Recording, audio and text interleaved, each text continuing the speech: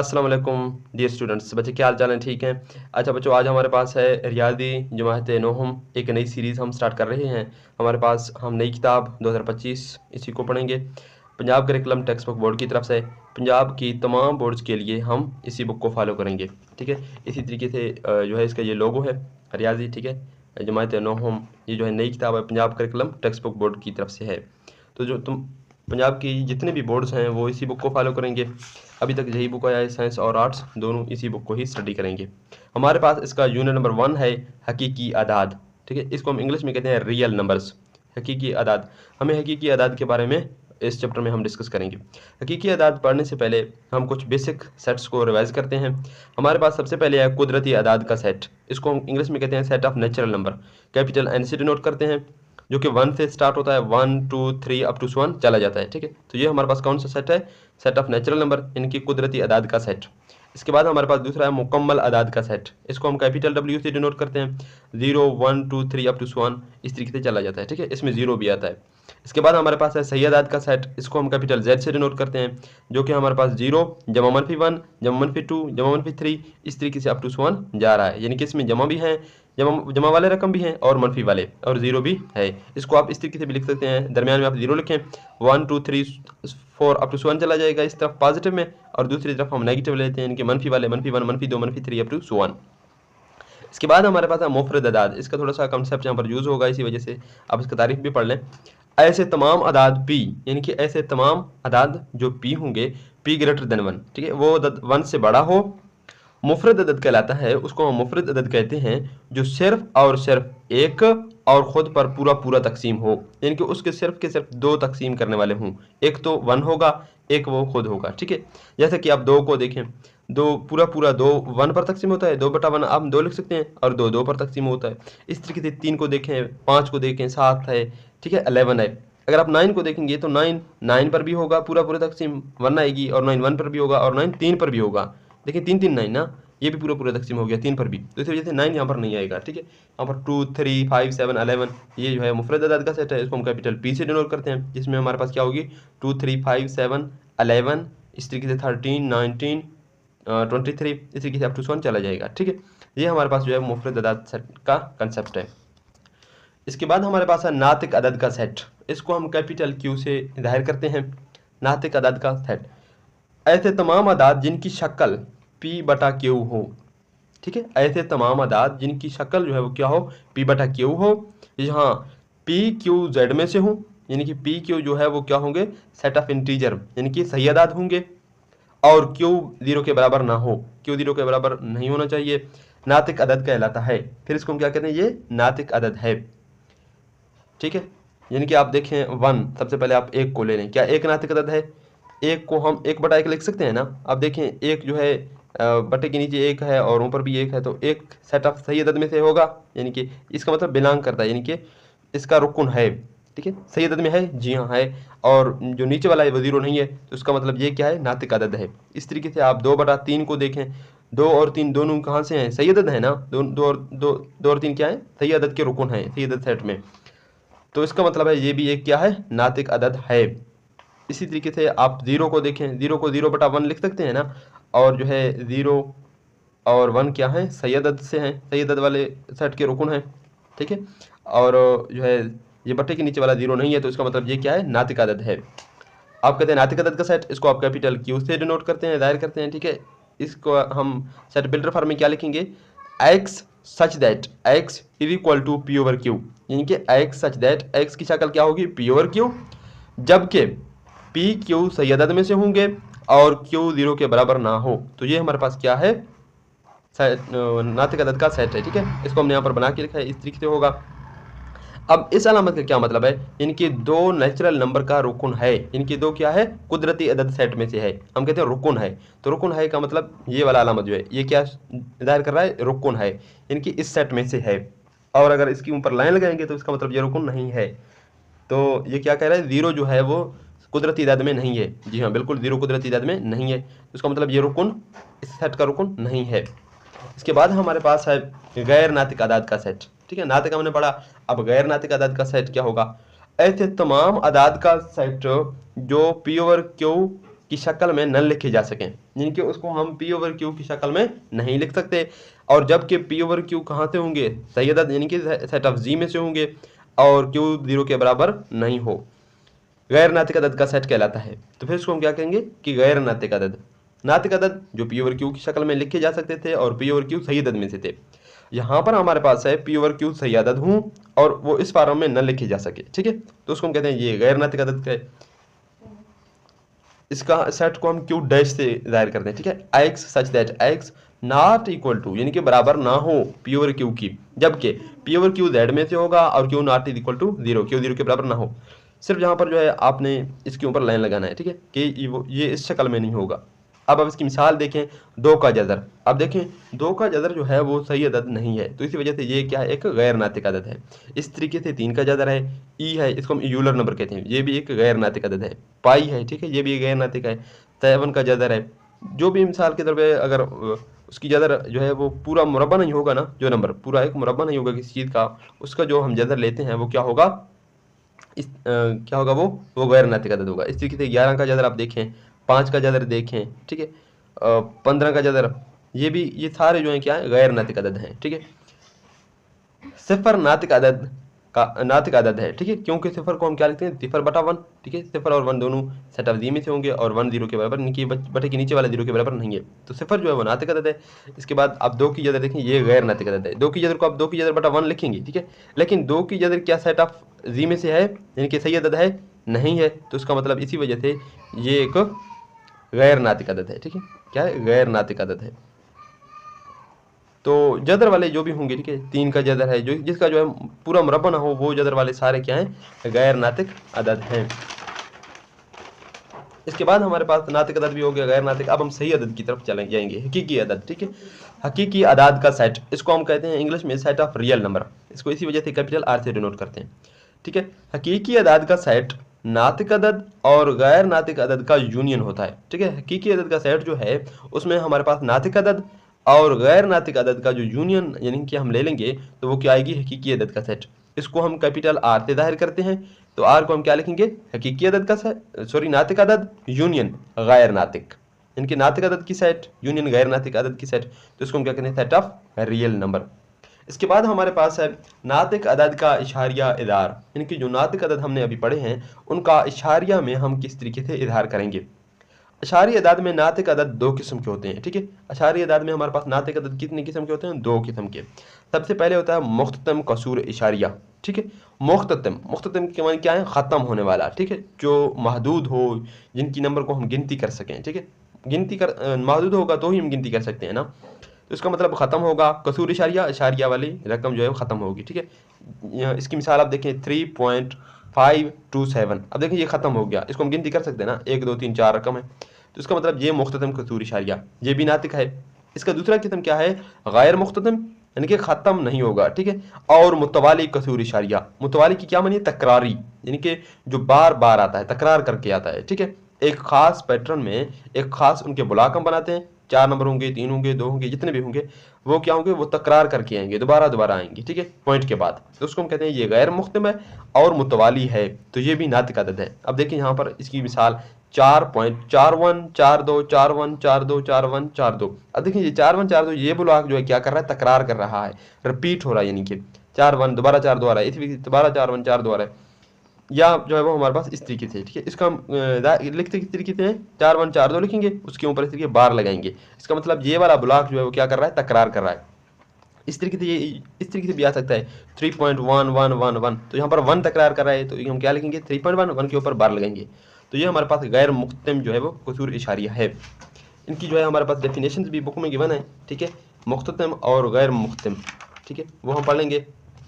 तो सबसे पहले आपके पास है मुख्ततम कसूर इशारिया की तारीफ, ऐसे इशारे दाद जिनकी इशारिया के बाद हिंसों की तादाद मुतनाही हो मुख्ततम कसूर इशारिया कहलाते हैं। तो ये इसकी हमारे पास क्या है, तारीफ है, यानी कि ऐसी इशारिया दाद जिनकी इशारिया के बाद, इनके हम ये पॉइंट है इशारिया, इसके बाद क्या होंगे, इशारिया के बाद हिंसों की तादाद मुतनाही के मानी ख़त्म होने वाला हो, ठीक है, यानी कि उनकी हम जो नंबर होंगे, जो हमारे पास हिंसे होंगे, उनको हम गिनती कर सकते हैं, मुतनाही के मानी मुतनाही होंगे, ठीक है, और यानी कि वो गिनती में लाए जा सकते हैं। मिसाल के तौर पर हमारे पास 4/5 है, इसको आप कैलकुलेटर से देखें तो 0.8 आएगी। तो ये देखें 0.8, हम ये मुतनाई हो गया, ख़त्म हो गया, इनकी इसको हम गिनती कर सकते हैं। तो ये हमारे पास क्या है, मुख्ततम कसूर इशारिया। इस तरीके से 0.375 है, ये भी मुख्ततम है कसूर इशारिया। ये भी हमारे पास क्या है, ये देखें गिनती में हम कर सकते हैं। 1/4 0.25 है। तमाम मुख्ततम कसूर इशारिया हैं। तो ये हमारे पास क्या है, मुख्ततम कसूर इशारिया। इसके बाद इसका दूसरा हमारे पास कौन सा किस्म था, ये वाला, ठीक है, गैर मुख्ततम और मुतवाली कसूर इशारिया। यानी कि ख़त्म मुख्ततम नहीं है, ठीक है, ख़त्म नहीं है, लामुतनाई है, लेकिन क्या है, मुतवाली यानी कि तकरारी है।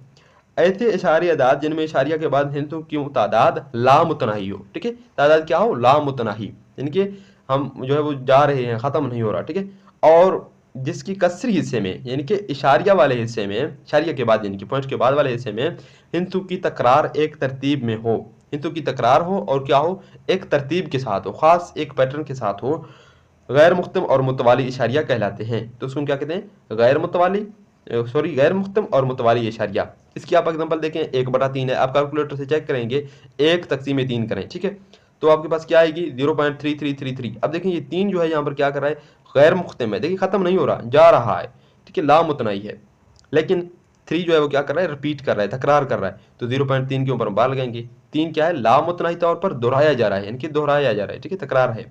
इस तरीके से 1.6 है, 0.1666। अब ये देखिए 6 जो है यहाँ पर क्या कर रहा है, तकरार कर रहा है, तो 6 के ऊपर बार लगाएंगे। इस तरीके से 22/7 है, 142857, यहाँ तक आ गया। दोबारा से 142758। अब देखें ये वाला ब्लॉक जो है क्या कर रहा है, 7 तक, ये वाला ब्लॉक जो है क्या कर रहा है, तकरार कर रहा है। तो 172557 हम कर लेते हैं, इसके ऊपर बार लगाएंगे कि ये चीज़ हमारे पास क्या है, यहाँ पर जो है वो दोबारा दोहराया जा रहा है। इस तरीके से 4/9 देखें, 4 तक़सीम 9 करें तो 4 यहाँ पर जो है वो तकरार कर रहा है। इसका मतलब ये जो है हमारे पास क्या है, ये तकरार करने वाले और जो ख़त्म होने वाले हैं, ये दोनों नातिक अदद हैं। इसके बाद हमारे पास है गैर नातिक अदद इशारी का, गैर नातिक अदद का इशारी अदार। जो गैर नातिक होंगे उनका हम इशारी अदार कैसे करेंगे, गैर मुख्ततम यानी कि ख़त्म ना होने वाला, और गैर मुतवाली के सूरी इशारिया को गैर नातिक अदद कहते हैं। गैर मुख्ततम मानी ख़त्म ना होने वाला, और गैर मुतवाली के मानी उसमें तकरार भी नहीं होगा, ठीक है, कोई ख़ास पैटर्न में जो है वो रिपीट भी नहीं होगी, दोहराया भी नहीं जाएगा, बल्कि वो बगैर किसी तकरार के चला जाएगा, ठीक है, इसको हम कहते हैं फिर वो क्या है, गैर नातिक है। अब देखिए यहाँ पर 2.31 है, ठीक है, 32 है, 3331 दोबारा आ गया, लेकिन अब देखें 32 आना चाहिए था, लेकिन 36 आ गया, दोबारा 39। इस तरीके से मतलब कि बगैर तरतीब के वो क्या होगा, लामुतनाही तक चला जाएगा। तो ये हमारे पास क्या है, गैर नातिक अदद इशारी हैं, ठीक है, गैर नातिक अदद का जो है वो हमारे पास इशारी, अगर इस तरीके का इशारिया हमारे पास आए तो वो हम क्या कहेंगे, क्या है, गैर नातिक है। ये देखें, ऐसे इशारी अदाद जो इशारिया के बाद हिंसों के किसी नमूने को दोहराते नहीं हैं, ठीक है, यानी कि इशारिया के बाद जो हिंसे हैं वो किसी नमूने को दोहराते नहीं हैं और लामुतनाही तौर पर जारी रहते हैं और किसी ख़त्म नहीं होते, तो इसको हम क्या कहते हैं, फिर गैर नातिक अदद कहलाते हैं। गैर मुख्तम और गैर मुतवाली कसूर इशारिया को गैर नातिक अदद कहते हैं। मिसाल के तौर पर आप कैलकुलेटर चेक करके देखें, पाई की वैल्यू कितनी होगी, 3.1415 926535। इस तरीके से ये चला जा रहा है। देखिए यहाँ पर कोई जो है वो ये दोहराया नहीं जा रहा, ना ही कोई तकरार है इसमें, तो ये ऐसे ही चला जा रहा है, ख़त्म भी नहीं हो रहा, ठीक है, तो ये क्या है, पाई हमारे पास गैर नातिक है। इस तरीके से आप यूलर नंबर, इसको हम ई कहते हैं, ये देखिए आयलर नंबर है, ठीक है, ई को हम आयलर नंबर कहते हैं। 2.718281, दोबारा 82 आ गया, लेकिन 8459, देखिए ये भी तकरार नहीं कर रहा, तो ये क्या है, गैर नातिक है। इस तरीके से 2 का जदर है, 3 का जदर है, जो भी जदर वाले यानी कि इस तरीके से होंगे 2 3, ठीक है, प्राइम नंबर का जदर होगा, यानी कि हमने जो मुफरद अदद पढ़े हैं उनके जदर क्या होंगे, वो भी हमारे पास गैर नातिक अदद होंगे। इसके बाद हम जो है वो मश्क 1.1 को स्टार्ट करेंगे। हमारे पास है मश्क 1.1, इसका सवाल नंबर 1 है। इसमें क्या गिवन है, दर्जदैल में से हर एक को नातिक और गैर नातिक अदद के तौर पर शनाख्त करें। हमें क्या करना है, हर एक रकम को नातिक और गैर नातिक की, कौन सी रकम नातिक है और कौन सी गैर नातिक है, हमें क्या करना है, शनाख्त करना है। सबसे पहले हमें क्या गिवन है, 2.353535, ठीक है। अब देखिए ये ख़त्म हो गया, ठीक है, ये इशारिया के बाद क्या हो गया, ख़त्म, यानी कि मुख्ततम हो इशारिया है, तो जो ख़त्म होगा वो क्या होगा, नातिक होगा। तो इसका हम क्या जो है वो हमारे पास हम रीज़न लिखेंगे, ये एक मुख्ततम कसर इशारिया है, यानी कि ये इशारिया क्या हो गया, ख़त्म हो गया, इसी वजह से ये मुख्ततम कसर इशारिया है, लिहाजा ये एक नातिक अदद है। हमें पता है कि जो मुख्ततम होगा वो क्या होगा, नातिक अदद। नातिक अदद की 2 किस्म थे ना, या मुख्ततम होंगे या गैर मुख्ततम होंगे लेकिन मुतवाली होंगे। तो ये जो है मुख्ततम है, इसका मतलब ये एक नातिक अदद है। इसके बाद दूसरा है हमारे पास 0.6 के ऊपर बार है, ठीक है। इसका मतलब यहाँ पर 6 क्या कर रहा है, दोहराया जा रहा है, यानी कि रिपीटिशन है, ठीक है। हम क्या लिखेंगे 0.666 जहाँ पर तकरार कर रहा है और ये इस तरीके से जा रहा है, ठीक है। तो ये क्या है, ये एक गैर मुख्ततम यानी कि ख़त्म नहीं हो रहा, ठीक है, जा रहा है और तकरारी कसर इशारिया है। उसके बाद यानी कि क्या कर रहा है, 6 दोहराया जा रहा है यानी कि तकरारी है, ठीक है। इसलिए एक नातिक अदद है, तो ये क्या है, एक नातिक अदद है। इसके बाद हमारे पास है 2.236067 इस तरीके से जा रहा है, ठीक है। अब देखिए यहाँ पर ये पॉइंट के बाद ख़त्म भी नहीं हो रहा और ना ही कोई दोहराया जा रहा है, कोई रकम, कोई ब्लॉक्स, तो उसका मतलब ये क्या है, गैर नातिक होगा। फिर ये एक गैर मुख्ततम और गैर मुतवाली कसर इशारिया है, ठीक है। मुतवाली नहीं है, मुतवाली की मानी यहाँ पर तकरार करता, ठीक है, दोहराया जाता, लेकिन दोहराया भी नहीं जा रहा, तो यहाँ पर आप गैर मुतवाली लिखें या तकरार नहीं कर रहा, ये लिखें, ठीक है, इशारिया है, इसलिए ये एक गैर नातिक अदद है। फिर तो ये गैर नातिक है। इसके बाद आप देखें 7 का जज़र है, ठीक है, ये मुफरद अदद है 7। मुफरद अदद का जो भी जज़र होगा वो क्या होगा, गैर नातिक होगा। अब आप कैलकुलेटर से चेक करें, जज़र लगाएं 7 का, तो आपके पास क्या आएगी 2.6457513 इस तरीके से जा रहा है, यानी कि ये ख़त्म भी नहीं होगा और ना ही क्या करेगा, कोई तकरार कर रहा है। चूंकि 7 का जदर एक मुकम्मल मुरब्बा नहीं है, ठीक है, यहाँ पर जो भी अगर मुकम्मल मुरब्बा होता तो वो एक नंबर देता है, ठीक है, एक सही अदद देता है, तो वो तो हमें पता है सही अदद जो भी होगा, ठीक है, वो क्या होगा, नातिक होगा। लेकिन ये एक मुकम्मल मुरब्बा नहीं है, इसलिए ये एक गैर नातिक अदद है। तो फिर क्या है, एक गैर नातिक अदद है। इसके बाद हमारे पास स्टूडेंट्स का 5वां जुज़ है, जिसमें हमें क्या गिवन है, यूलर नंबर, एलर नंबर, ठीक है, ई। अब ई अभी हमने देखा है बुक में क्या था, 0.71828 इस तरीके से जा रहा है। तो ये क्या है, ये एक गैर इख्तिताम पदीर और गैर तकरारी इशारिया अदद है, इसलिए ये एक गैर नातिक है, ठीक है। तो ये भी क्या होगा हमारे पास, एक वो ख़त्म भी नहीं होगा और ना ही क्या करेगा, तकरार करेगा, तो इसका मतलब ये गैर इख्तिताम पदीर है और गैर तकरारी इशारिया है, तो ये इसी वजह से क्या है, गैर नातिक अदद है। इसके बाद हमारे पास पाई है, ये भी बिल्कुल इसी तरीके से है, ये एक गैर इख्तिताम पदीर है, ठीक है, और गैर तकरारी है। आप गैर मुतवाली यहाँ पर लिखें, ठीक है, इशारी अदद है, इसलिए ये एक गैर नातिक अदद है। इसके बाद अब देखें 5 जमा 11 का जज़र। अब 5, अब देखें 5/1 लिखेंगे, ठीक है, 5 हमारे पास नातिक है, लेकिन 11 का जज़र ये एक मुकम्मल मुरब्बा नहीं है, तो ये गैर नातिक है। तो नातिक अदद जमा गैर नातिक अदद वो भी गैर नातिक अदद होता है, ठीक है, क्योंकि नातिक और गैर नातिक अदद का जो मजमूआ है वो भी एक गैर नातिक अदद होता है, इसलिए ये एक गैर नातिक अदद है। तो फिर ये क्या है, एक गैर नातिक अदद है। इसके बाद हमारे पास दूसरा है 3 का जज़र जमा 13 का जज़र।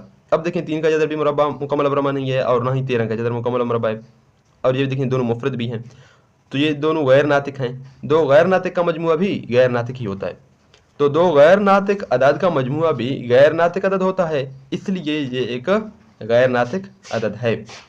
इसके बाद हमारे पास इसका नवी पार्ट है 15/4।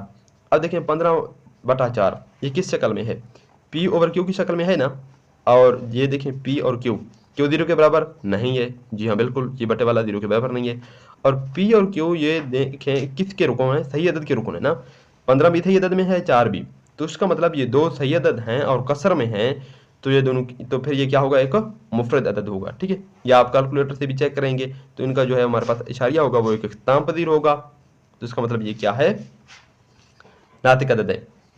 आप इसकी ये वाला रीजन लिखिए, ठीक है, ये दो सही अदद कसर में हैं, ठीक है, ये दोनों दो सही अदद की सेट हैं, सेट में से हैं, तो दो सही अदद हैं और कसर में हैं, इसलिए एक नातिक अदद है, ठीक है, इसलिए ये क्या है, नातिक अदद है। इसके बाद दूसरा है हमारे पास 2-2 का जज़र 2 जमा 2 का जज़र।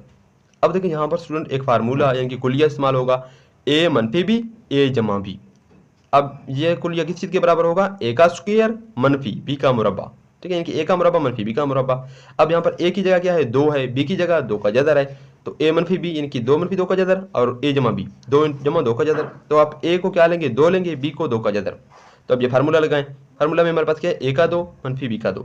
अब a की जगह 2 का 2 मनफी 2 की जदर का 2। अब 2 का 2 यानी कि 2 को 2 मरतबा दर्ब करें, कि 2 को 2 मरतबा क्या करें, दर्ब करें, तो 2 दूने 4, 4 हो गया मनफी 2। जदर की कीमत हमारे पास क्या है, जदर की कीमत 1/2 है, और ये 2 आप लगाएं। अब देखिए ये 2 तकसीम हो रहा है, ये दर्ब खा रहा है, तो ये दोनों कैंसल, ठीक है, यहाँ पर भी आप देख सकते हैं जदर मुरब्बा हमेशा कैंसिल होंगे एक दूसरे से, ठीक है। तो ये 4 यहाँ पर क्या बच गया, ये पावर ये कैंसिल हो गए, तो 2 बच गया मनफी 2, तो 4 में से 2 जब जाएगी तो हमारे पास 2 बच जाएगी, तो आप इस 2 को क्या लिख सकते हैं, 2/1 लिख सकते हैं ना। 1 आप किसी चीज़ के भी बटे में लगा सकते हैं, ठीक है। तो 2/1 लिखा। अब देखें ये भी सही अदद है, ये भी सही अदद है और बटे वाला 0 के बराबर भी नहीं है, तो इसका मतलब ये 2 सही अदद का कसर है, इसलिए ये एक नातिक अदद है। तो स्टूडेंट आज के लेक्चर का हम यहीं पर ख़त्म कर रहे हैं। मिलते हैं इंशाल्लाह नेक्स्ट वीडियो में इसी एक्सरसाइज की क्वेश्चन नंबर 2 को सॉल्व करेंगे। आप नेक्स्ट लेक्चर के लिए हमारे चैनल को सब्सक्राइब करें और बेल आइकन को ऑल पर क्लिक करें ताकि हर नई आने वाली वीडियो की नोटिफिकेशन आपको मिलती रहे। अल्लाह हाफिज़।